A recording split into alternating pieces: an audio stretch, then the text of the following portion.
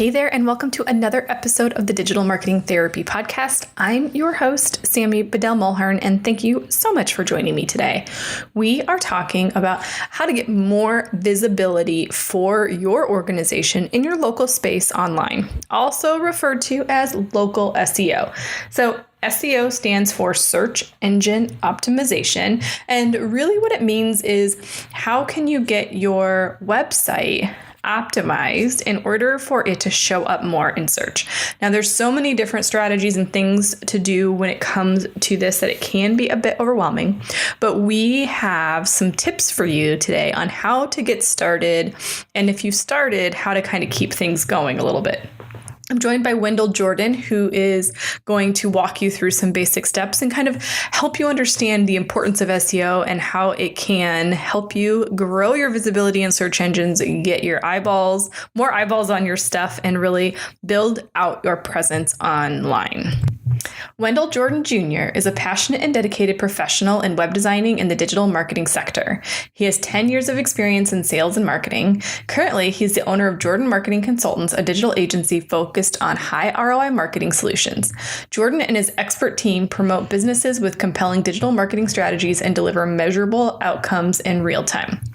Wendall started his career as a business development and sales rep for a web design agency. Along the way, he learned some of the basics of web design. Wendall began to analyze the current processes he sold and found other ways he could serve his clients to maximize their revenues and visibility in competitive markets. With in-depth digital marketing strategies and techniques, Wendall now stands out in the crowd for delivering affordable marketing solutions to his clients. I think you're really going to enjoy this episode, and I hope that you take some action. If you don't already have the workbook for this month, make sure you head on over to thefirstclick.net/Patreon, become a patron, get the workbook, get the tasks, get action done for this episode. This episode is brought to you by my Patreon account. So I hope that you'll join me there and join the other nonprofits that are not just listening to podcasts, but getting the work done. So head on over to thefirstclick.net/Patreon, and I look forward to seeing you in our community. Let's get to the episode. You're listening to the Digital Marketing Therapy Podcast. I'm your host, Sammy Bedell-Mulhern, and each week I bring you tips from myself and other experts, as well as hot seats with small business owners and entrepreneurs to demystify digital marketing and get you on your way to generating more leads and growing your business. Hey, everybody, please join me in welcoming Wendall Jordan to the podcast. Wendall, I'm so excited that you're here for this conversation about SEO. Thank you so much for joining me. Yes, ma'am. Okay, so before we kind of hop into some tactical stuff, why don't you kind of just let me know, how did you get into the SEO space? Why is this something that excites you from a marketing perspective? That's such a great question. I got into the SEO space as a transplant into St. Louis, Missouri, coming from the East Coast, coming from New York, and needing a haircut, and realizing that it took me 3 hours to find a barber. So it made me think about some stuff. At the time, it didn't go into full effect, but it's kind of been that's really where the foundation came from when I started learning more about SEO and local SEO, and just like understanding why the complication was happening was because it was an entire industry that no one cared about, right? So here I am in a city that I had only visited a few times trying to get a haircut, and I couldn't find a barber. I couldn't find a barber shop that fit what I was looking for, although I found lots of hair salons and a bunch of other things. You know, the way these businesses were placing themselves in search, it made it next to impossible for a guy who's not from there to give them their money. Yeah. That's such a great real world example. So you just saw a problem and you're like, you know what, I'm going to learn more about this and help some people out. Absolutely. I love that. Yeah. So let's talk a little bit though about the differences, because there are some kind of nuances between local SEO and just SEO in general. Absolutely. So kind of what are some of the core things that people might want to think about to determine like where they go with their strategies? So the two things that we always talk about with a client is how does it affect your service? Who are you servicing? Are you looking at, so I'm located in Houston now. Are you servicing the greater Houston area, or is this something where, regardless of where your office is located, people can still utilize your service or product? That's really the question between SEO and local SEO. SEO can be a national or global campaign, whereas local SEO is focused around the people who can utilize your service, product, whatever it may be, within a radius to where you actually are located.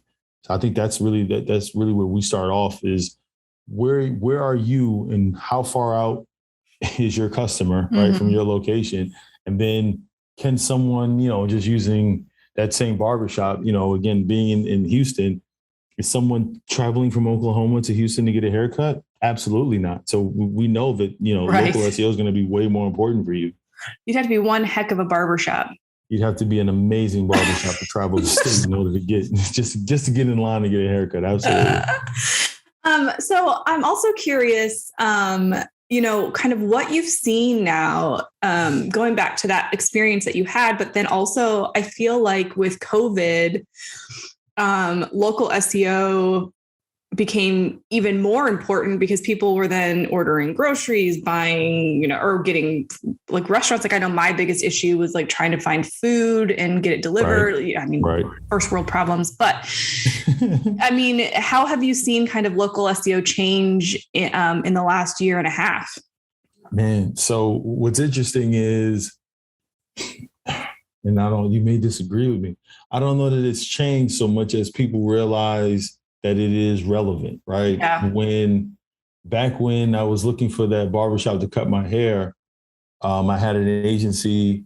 I was partnered with a guy, and we really only did websites. That's all we did. We just built websites and put them into the world.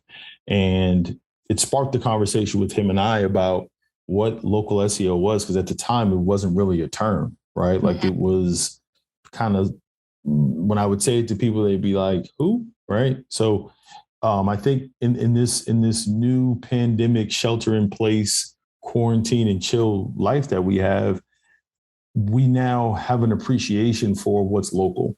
I think as, all over the country, things have become more lax. You're able to get out into the world. Even if you were ordering food previously, you were using an app, right? Like you were probably, using a Grubhub or an Uber Eats or something like that. Whereas now, even if you do want to get out, maybe you don't want to travel too far. Maybe you want to understand what protocols this restaurant has in place. So now you're going online and you're looking for, Italian food near me and seeing what comes up. I think the most disappointing part of that, though, is when there's a place, but you can't think of the name and you put that in search and that place doesn't come up, right? Like you're like, I could have swore they were only 10 minutes away. And they are, but they're just not in the conversation. Yeah. So one more question I guess thing I want to bring to light before we even jump into some tactical stuff is the biggest difference, I think, for me with local SEO and some of, the benefits, frustrations on the personal and business side is that it's very much geared toward your physical location. So I might search for something at the house I'm at. And if I'm waiting in line to pick up my kids from school and do that same search, I'm going to get a whole bunch of completely different results. Answers. Yep. Absolutely. Absolutely. In fact, that's a conversation I have with clients when we're talking about using search tools versus using Google, right? Because Google is a search engine, but when you're in SEO, you use tools in order to get your information because you get very different answers based on where you are. If your location isn't turned on, sometimes you get some of the most abstract responses ever, right? But more often than not,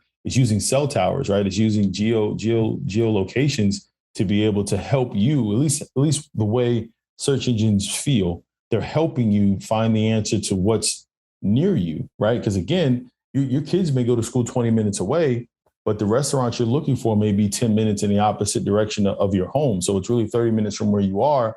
In theory, too far from your current location, you would pass too many items or too many stores, too many restaurants before you got to where you wanted to go. But I think that you're right. That is probably, I deal with that frustration as well, right? As a person who searches stuff all the time, I tell people that's what I do for a living. I find things on the internet. So sometimes I get frustrated because I'm like, no, that's not what I am. Right. Yeah. not where I am. I need this across the country. I'm looking for something across the country. Stop showing me Bridgeport, Texas. That's not what I'm looking for. I love that. So as a nonprofit, if you're trying to reach a local audience, what are some things that they might want to consider? Because obviously SEO is going to work in tandem with your website. So what are some things they might want to think about taking a look at on their website as they think about where they want to show up and search locally, whether it be, for service, like people that they're providing services to, community, right, whatever that might be? That's a good question. So the thing I always tell clients, the very first thing you got to think about is content.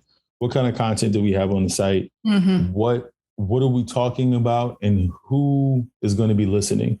So the thing with local SEO, you're going to be focusing on things that tend to have a some sort of location within the keyword term, right? But the main theme of that content still has to be informational and helpful. So if I'm a nonprofit, or if I'm talking to one of my clients that happen to be a nonprofit, what we're talking about is how, like you said, if you're in Houston and you are, facilitating winter jackets, right? We want to figure out what keywords are coming up when people are searching for, winter coats or winter jackets, so that we can start gearing some content, or maybe you help with homelessness, whatever it is. I think you should start looking at the content from a near me, quote unquote, context, right? You need to start making content that is specific to your location. For example, using Houston, it doesn't really get that cold here, right? Whereas me growing up on the East Coast, sure, 10 degrees, like here, 50 degrees is cold. 50 degrees in the middle of November in New York, some people might have shorts on. So you want to make sure that you understand who you're talking to when you're talking about the cold, when you're talking about whatever those issues are. You want to be sure that you're addressing the locality in which you're hoping to resonate. So let's go with your coat example. So it may be creating content around things like, where can I donate my gently used winter coats in Houston, right? Exactly. Or, and then on the flip side, maybe it's content like, how can I find affordable winter jackets for my family?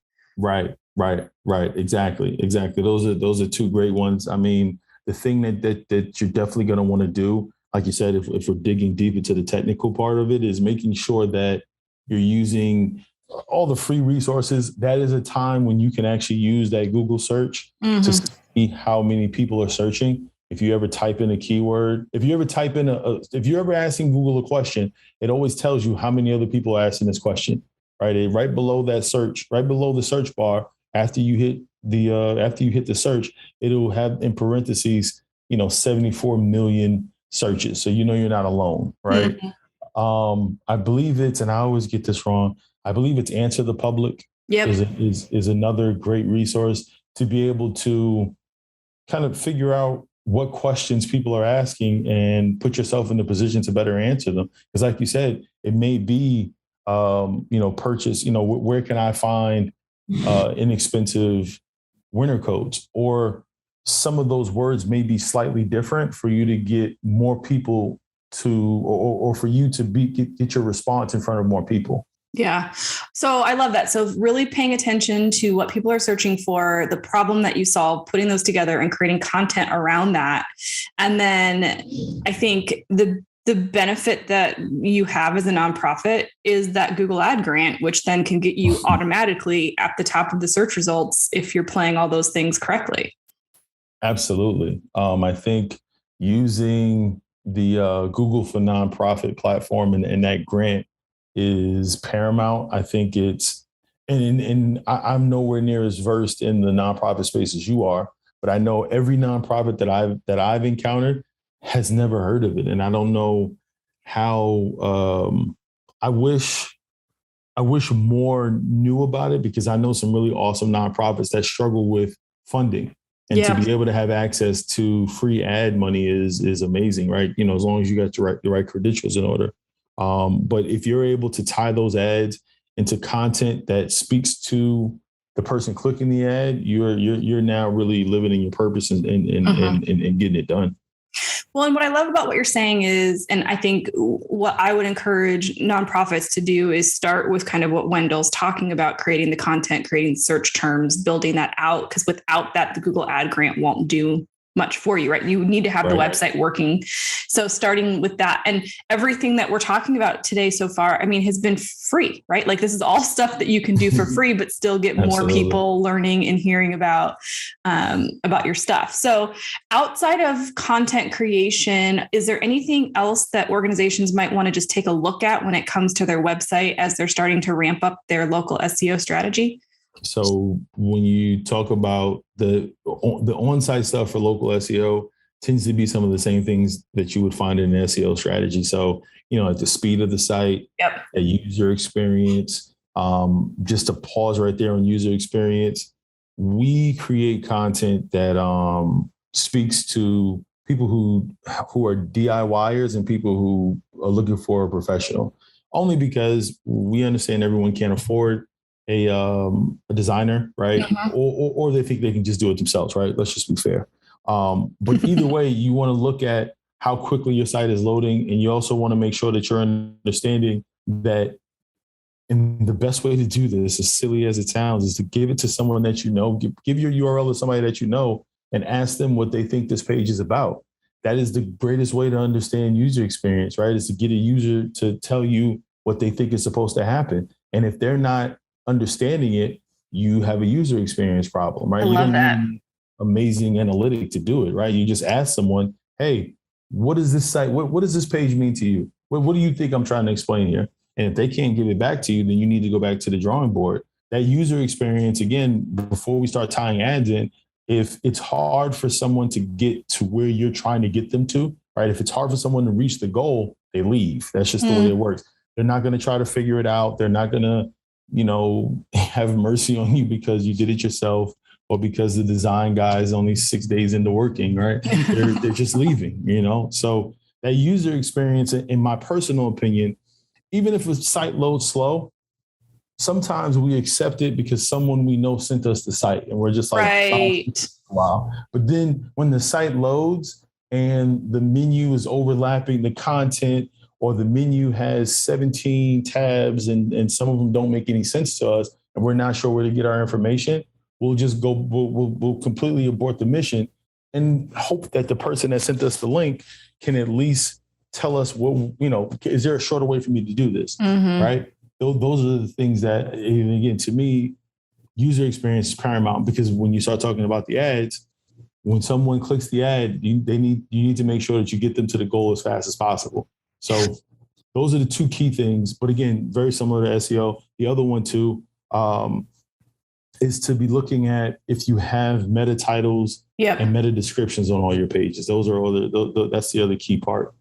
Well, okay, I have so many things I want to unpack right now that I think are incredible. So I hope I don't forget them. Number one, page speed. If you're like, how do I measure my page speed? We love GT metrics. You can also use Google. Love them. Yeah, you can also use Google Page Speed Insights. Those are both free tools. Do you have another tool that you recommend people use for page speed? So just a couple of things. So JT Metrics is awesome, but don't be discouraged, because when you go to the Google Page Speed, it's going to be slower, more often than not. The metrics are very close to what they're using, but the Google functionality relies on a few other external factors that are, too long for one podcast to explain.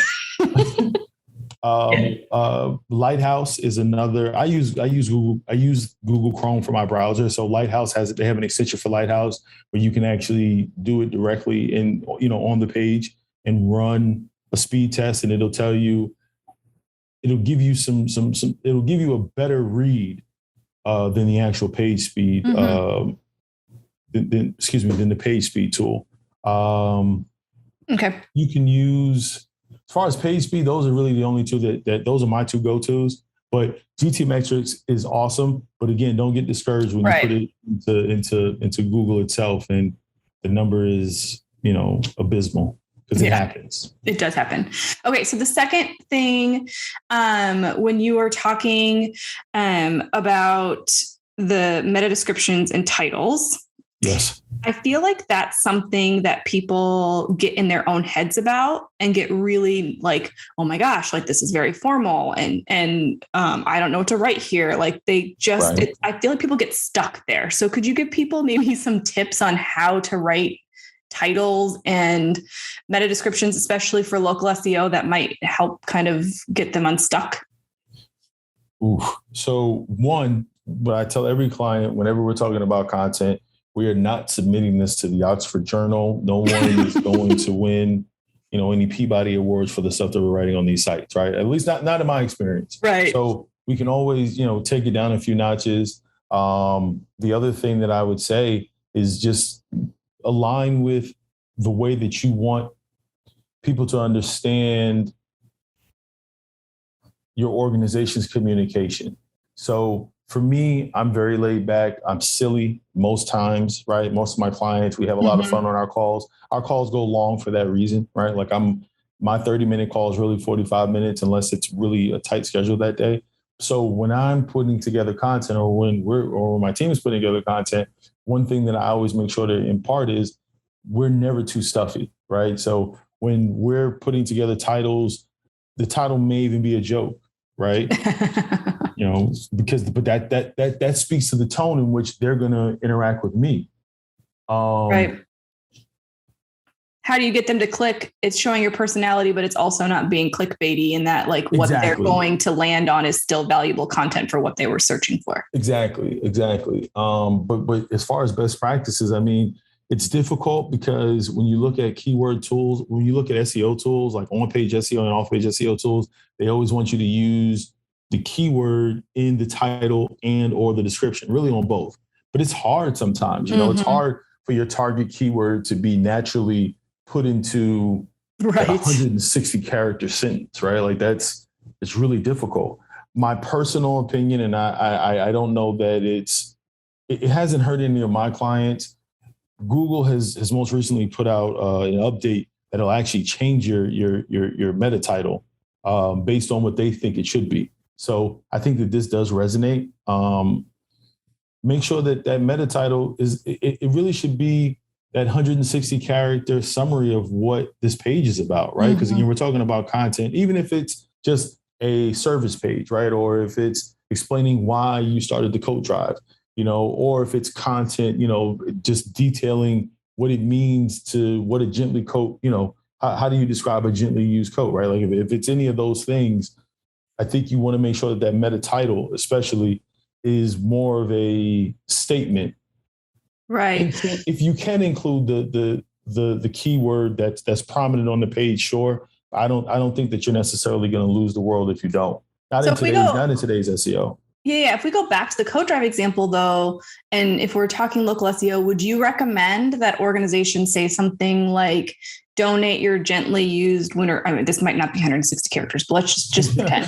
Right. Donate your gently used jackets, Houston, Texas. Like if you have room, would you recommend a location signifier in a title or in a meta description? In the description, yes. In the title, I don't think it matters. Again, I think my mailbox may be full with other SEOs who tell me I'm stupid. But my personal opinion, and again, I would only back it up with Google has started changing titles based on what they believe the content is about, because for years, SEOs like myself have used keywords in titles that didn't make sense. Yeah. Right. So we want to make sure that we're marrying the two. And sometimes you just can't do it in the title. In the description, you have a little more wiggle room and you can kind of play with it a little bit more. So you may want to throw at Houston, Texas in there. Right. I think you have more characters, so you're not hard pressed to try to make it fit. But at the same time, also accept the fact that when you run some analytics, it's going to tell you that your pages are missing the title in the keyword is missing in the title. Yeah. So, but again, I think that, and I can't think of the guy's name, but the gentleman answers a lot of questions for Google all over the internet. Something that he talks about a lot is the search engines are getting so smart to where the best practices that were 5 years old aren't necessarily as relevant. And no one wants to say that, hey, we've changed this, right? Because it also changes the conversation I have to have with a client. If we've been doing this together for 5 years, now I'm telling you that everything we've done may be a moot point now, Yeah. and that's a really tough thing. And if you are, some of these big search engine SEO tools like Moz or SEMrush, they also have to accept the fact that now their reporting is going to change a little bit. But I have not seen a reporting system reflect the change of the keywords being in the title of the meta description being the end of the world. I mean, right. It's and again, from my data and from the things I've learned from Google within the last year or so, I think it's a lot more subjective. But it's important to have the information in there, because sometimes you go to a site and the page title is there by default because of whatever CMS system, whatever, WordPress, whatever they're using, but they don't have a page description. Or the page description is, this is where your page description goes, right? So you got to pay attention to those things too. Just make sure that there's something there that's relevant to the content on the page. Well, and I love the whole conversation, I think, that you're having, which I agree with, is that we are, in general, SEO is running towards kind of that customer experience, user experience, writing for the customer again, versus I feel like, last 10 years ago, it was writing for the robots, right? And I love that transition. Exactly. And I think it's harder for people to wrap their heads around, because they're like, well, if I'm writing for my customers, how is Google going to understand what's going on? But like, if you, right, there's things that are happening. So I really love that you're really bringing that to light. If people are listening to this and they're like, well, I don't know where to put my titles and meta descriptions. I know there's WordPress plugins that do that. I know if you're in Squarespace, Wix, Weebly, they have it built into the back end of your page editors. Do you have favorite plugins that you use for this on the WordPress side specifically? Right. Because I was going to say, we're a WordPress agency. So I couldn't speak to, okay, awesome. I was going to say, I can't speak to the Wix and Weebly's of the world. We love SEO Press. For the sake of fairness, we started off with Yoast. Mm-hmm. There were too many paywalls for us at that time. Just to be honest, we only had a couple of clients and it just didn't make sense. We moved over to Rank Math. Rank Math was cool. It was great. And then they created a paywall that just didn't align with scaling. But SEO Press has been awesome to us, man. And I'm not knocking any of the other two. I was just telling the client maybe 3 days ago, they asked a question. And I said, those are the big three, right? I'm not saying that there aren't any other ones, but those are really the big three. Yoast and SEO Press tend to be the top two, with Rank Math being the youngest. But a tool like SEO Press, especially if you get the pro version, man, it's so much of it is plug and play and easy to digest if you're not an SEO, that it makes life easy for you. They've actually added a widget to where you can edit the SEO on page if you're inside of WordPress. So, you can actually add they've even gotten it to where you can create different page titles for your social, right? For social media. Mm-hmm. Like when someone shares a link, you can change that image, you can change the title, all those things that, we see and we're like, especially if you're a DIYer or if you're a newbie SEO and someone sends you a link and the thumbnail is different than the overall for the site. I know for me, the first time I saw it, I was like, whoa, I didn't know how to do it. Right. But that was some years ago. But SEO Press, it's a great tool. What I would say, not to say again that the other two aren't, but SEO Press gives you a lot for the price point. Mm-hmm. They give you a lot for the price point. They really do. Even the free version has a lot of great tools. Yeah, I was gonna say, if you're just getting started, the free versions of all of those. Yeah, all great. Absolutely. Okay, so we can't end a local SEO conversation without kind of at least talking briefly about Google My Business. I don't want to this could be a whole nother episode all in and of itself, but I also feel like this is a completely underutilized free tool. So could you talk a little bit about what that is, what you love about it, and why you think organizations need to have that as part of their strategy? So I'm going to start with the easy part. I love it. I love Google My Business. That's the easiest part of the question.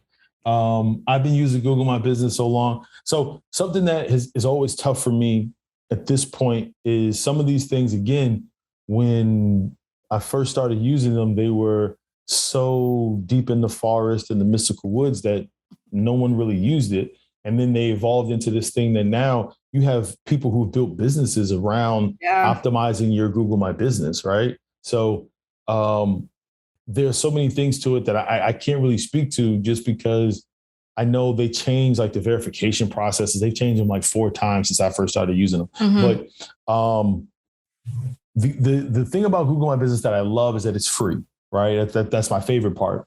The reason why the free is so great is because it helps you get yourself in that conversation. So if you are, again, we'll stick to nonprofit. If you're a nonprofit, if you're a local nonprofit, and your customer base or your the people that you serve are in a locality, having that Google My Business allows for you to be able to be found easily, because people are mostly searching on Google.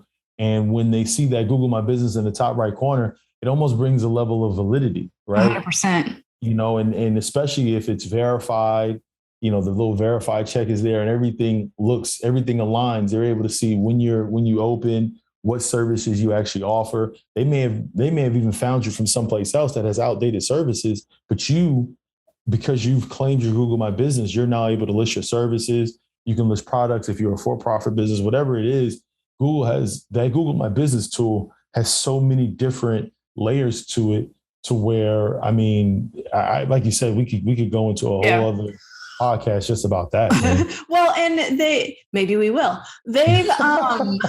They've also, it's almost like they've turned it into their own little mini social media piece. Like you can book appointments, you can leave reviews, you can post and all of that. And I think it's the same trend that we're seeing, like now Facebook doesn't give as much credit to posts that have links away from the platform, right? And Google's doing a similar thing, right? The longer they can keep people in their search platform, the more they can show ads, the more money they can generate.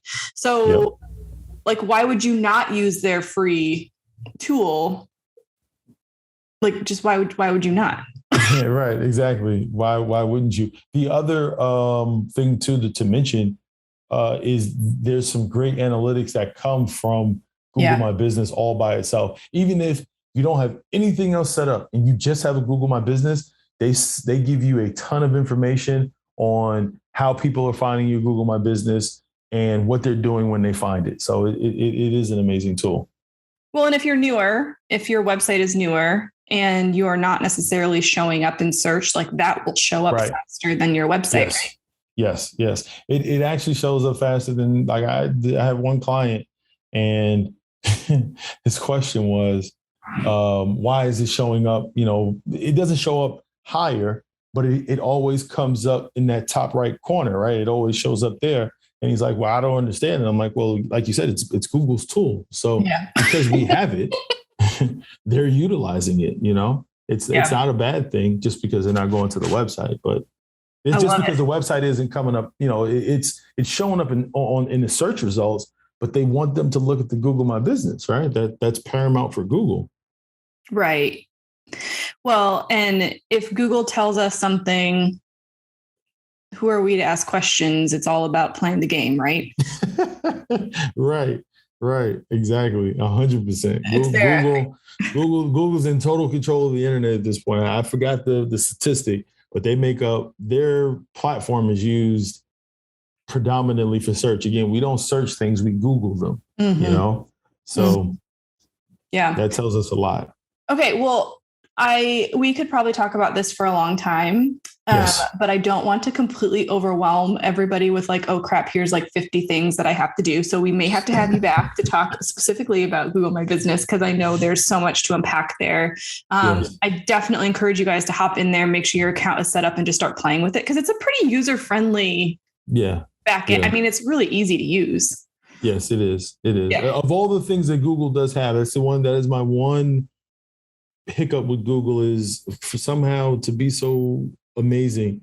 Some of their user experience is tough, but Google My Business is very point and click. You see, what you see is what you get. So I would agree with that 100%. Yeah. Okay. So, why don't we just do kind of a really brief kind of rundown of what we talked about? So basically, if you're just getting started, getting content created on your website, paying attention to keyword terms, making sure those descriptions are on point, setting up your Google My Business page. And then the third layer would kind of be that Google ad grant and driving that really specialized traffic to those specific pieces of content that you've created. Absolutely. Yeah. And we have another episode on the Google ad grant that I'll link up in this in the show notes for this. So if you guys don't know what the Google ad grant is or want more information, it's a great 101 on that. So I will link that up in this episode as well. Awesome. Wendell, is there anything else that I didn't bring up that you think is kind of critical to just make sure people that are starting out with their SEO or just trying to ramp up their local SEO that they need to pay attention to?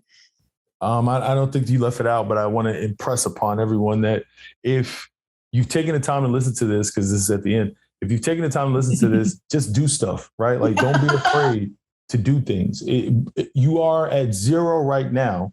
So even if you do a bunch of stuff and nothing works, you didn't lose, right? So don't be afraid to try some things and see exactly how far you can get before you may have to call someone that's more of a professional. Well, and I guess maybe one final question then, because, local SEO is a long game. Yeah. So before they kind of throw in the towel and are like, well, wait a minute, this isn't working. Like, how long do you kind of recommend people be consistent with their strategy before they maybe need to reevaluate or take a look at trying something different? So I always so this is one of these loaded questions. I know. I always like to give the disclaimer. I do have stake in this game, right? So my answer may be a little jaded. I think if in the first 90 days you're not seeing any change at all, you got to start rethinking some stuff, because 90 days is plenty of time for local search to start seeing you a little bit differently. But that's subjective depending on the keywords you're choosing, right? Because again, like you said, we could go a million different ways from there. But I would say, just as a baseline, 90 days we have a 90-day accelerator for SEO, right? So because we know that there are some things that we can do to get some really fast, impactful wins in 90 days that make everyone happy. So, 90 days is really like that baseline. So that would probably be my absolute. Give it 3 months and see if anything's changed. If nothing's changed, then you might not have any idea what's going on. I love that. It's so true, though. No, I agree with that. Well, Wendell, this was awesome. I think there's lots of action steps people can take from this episode. If people want to know more about you and how you support organizations in their SEO, how do they do that? You can reach out to me on LinkedIn. Something that we're most recently doing is like a free audit, because I know, you and I are in the same industry. So I'll make it specific and make it a local SEO audit for your listeners. Mm-hmm. I'll shoot you over the link specific to the local SEO auditor. But what we do is we just help them to see exactly where they are. It's completely free. We just show them where they are as far as search, and hopefully they have some idea of what keywords they're looking for. If not, we can help them with that. But you can either go to the website or you can reach out to me on LinkedIn. Awesome. And we will link all of that up in the show notes for this episode at thefirstclick.net/podcast. Wendell, thank you so much for joining me. This has been wonderful. Yes, ma'am. Thank you. I appreciate the opportunity. Oh my goodness, you guys, Wendell shared some incredible tips and resources. So please be sure you head on over to thefirstclick.net/132 to check out the show notes, get access to all of the things that he shared in this episode, and get the show notes. I really hope that you enjoyed this episode. There's so many good tips and tricks that he shared. And I hope that you'll head on over to thefirstclick.net/YouTube and check out our brand new YouTube channel, where we also have our podcasts up there. And starting in January, we will have videos. So if you want to see some of my amazing guests in real life, I guess kind of in real virtual life, and you want to hang out with us over there, please do that. But I hope that you'll subscribe wherever you listen, YouTube, Apple Podcasts, Spotify, whatever, so you don't miss out on a single episode. And we'll see you in the next one. One more episode in 2021, and we are all done. I can't believe it, you guys. We'll see you in the next one.